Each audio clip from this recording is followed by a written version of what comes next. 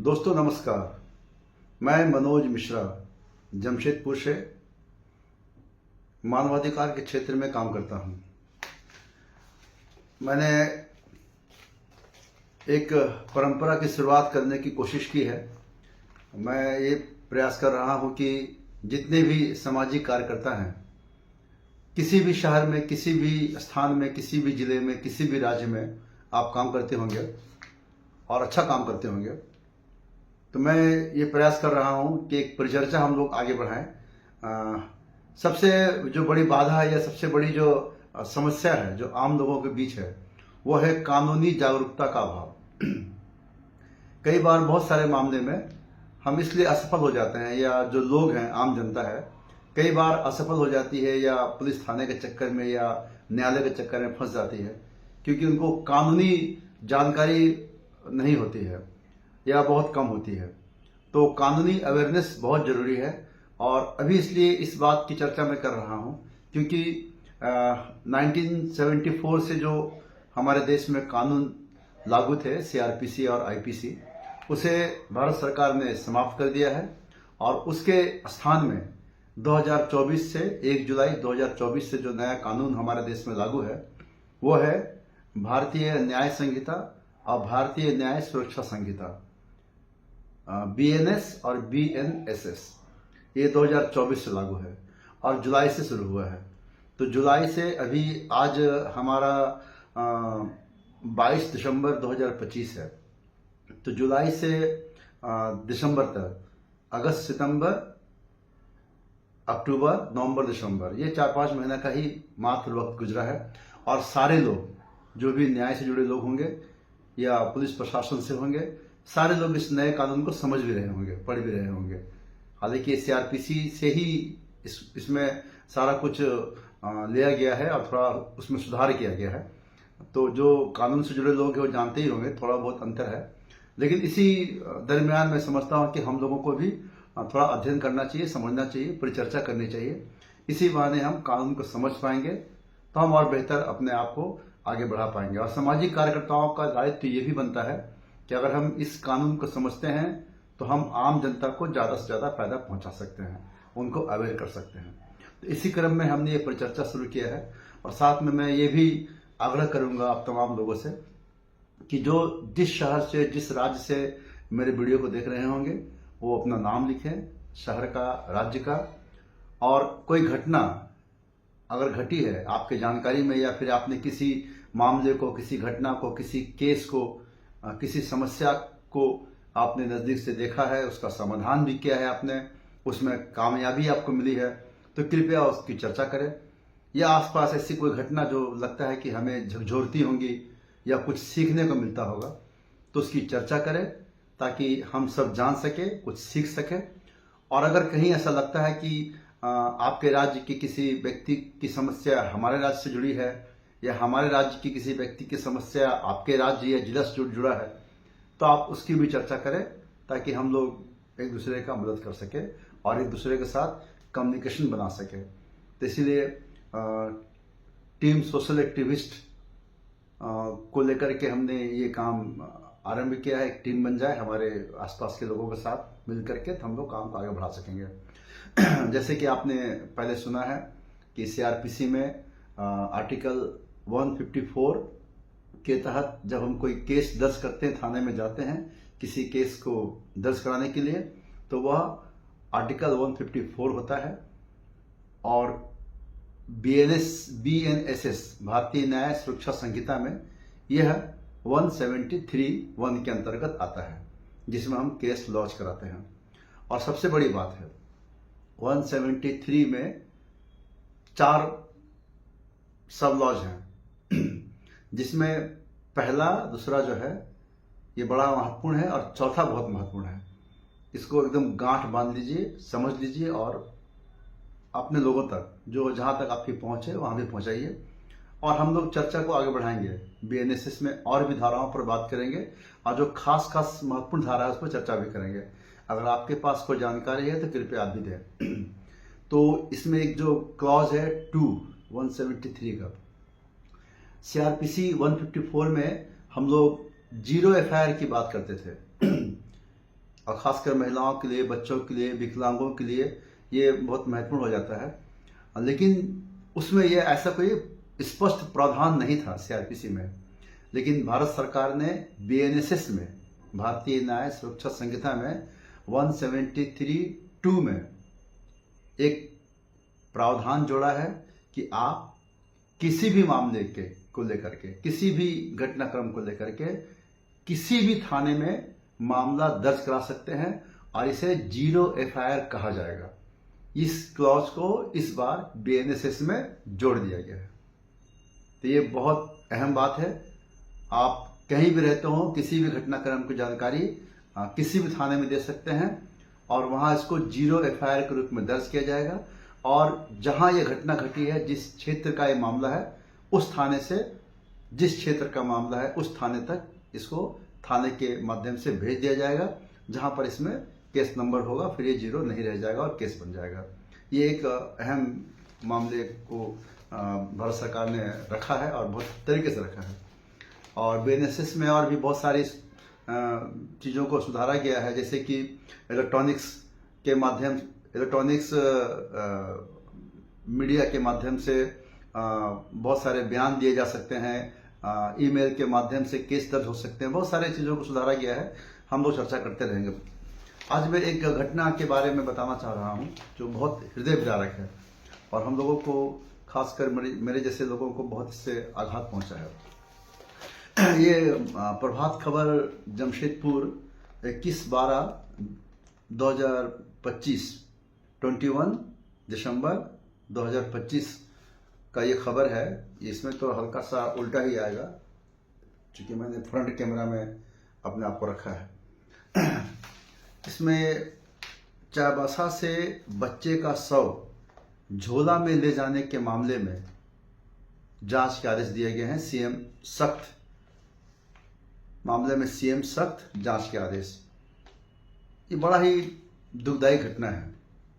चाईबासा अस्पताल, सदर अस्पताल में एक 4 माह का बच्चा को भर्ती कराया गया और एसटी परिवार से आते हैं और ऐसा कहा गया कि बच्चा को निमोनिया था और काफ़ी गंभीर हालत में उसको लाया गया था और 4 माह के बच्चे की मौत हो जाती है।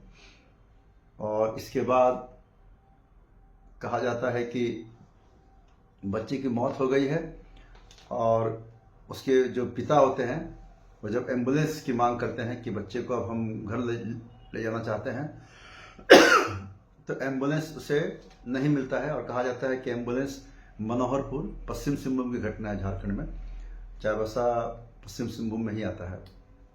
कहा जाता है कि एम्बुलेंस मनोहरपुर गया हुआ है, जहाँ से आने में 2-3 घंटे का समय लग जाएगा, आप वेट कीजिए। और ऐसा बताया जा रहा है, जांच रिपोर्ट में ऐसा एसडीओ साहब ने जांच रिपोर्ट बनाया है और जांच करके बताया है कि ऐसा बताया जा रहा है कि बच्चे के पिता ने एम्बुलेंस का इंतज़ार नहीं किया और 20 रुपये का वो थैला खरीदते हैं और थैले में बच्चे की लाश को, शव को रखते हैं और थैले में ही लेकर के बस में बैठते हैं और वहाँ से अपने गांव को जाते हैं। इस घटना ने पूरे राज्य को, जिन लोगों ने इस खबर को पढ़ा होगा, झकझोर दिया होगा, क्योंकि शव के साथ किस तरह से मान सम्मान, हमारा मानवाधिकार का एक अहम इशू है कि कैसे हम उसे मान सम्मान देंगे, किस तरह से। और एक बच्चे के शव को थैला में ले जाना, एम्बुलेंस नहीं मिलना। हालांकि प्रशासन का कहना है कि एम्बुलेंस दिया जा रहा था और मनोहरपुर में वो गाड़ी थी मोक्ष वाहन, तो उसको मंगाया जाता या वहाँ से वो आते, गाड़ी आती, लेकिन विलम्ब हो रहा था तो बच्चे को इसके पिताजी खुद से ले गए और किसी को मालूम नहीं पड़ा, वहाँ के नर्सों को मालूम नहीं पड़ा। सवाल अब ये नहीं है, सवाल पूरी व्यवस्था का है। अगर किसी अस्पताल में, आप अगर किसी प्राइवेट अस्पताल में जाएंगे और वहाँ किसी को भर्ती करेंगे, अब वो बचे या नहीं बचे वो तो मामला अस्पताल का है, सीरियस है, गंभीर है, किस हालत में लाया गया, इलाज सफल रहा नहीं रहा, वो एक इशू है। अगर आप ठीक ठाक होकर भी निकलेंगे तो बिना बिल पेड किए पेशेंट को आप बाहर नहीं निकाल पाएंगे। अक्सर ये देखते होंगे, अखबारों में आता है कि पेशेंट को नहीं छोड़ा जा रहा है, पैसा नहीं पेड हुआ है। और अगर कोई मृतक है तो उसके लिए भी ये बात कई बार अखबारों में हम लोग पढ़ते हैं कि लाश को नहीं दिया जा रहा है, 100 को नहीं दिया जा रहा है क्योंकि उनका पैसा पेड नहीं है, बिल पूरा पेड नहीं किया गया इसलिए।